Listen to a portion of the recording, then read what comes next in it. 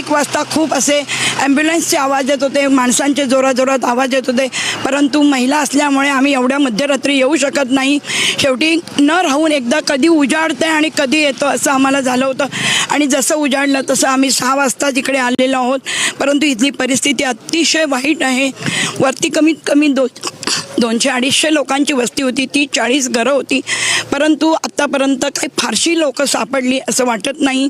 आत्तापर्यंत एक 8-10 डेड बॉड्या सापडलेल्या आहेत. बाकीच्या लोकांचा काही पत्ता नाही आहे. वर जाण्यासाठी आम्ही तडफडतोय, परंतु आम्ही तेवढ्या ह्याच्यामध्ये महिला वर जाऊ शकत नाही. तरीसुद्धा आम्ही पायथ्याशी येऊन हे करतोय. आत्ताच एवढ्यात मी मुख्यमंत्री साहेबांशी, सामंत साहेबांशी मी आत्ताच बोलली आहे. प्रशासनाकडून जेवढं सहकार्य करता येईल तेवढं त्यांनी करावं अशी मी त्यांना कळकळीची विनंतीसुद्धा आत्ताच एवढ्यात केलेली आहे.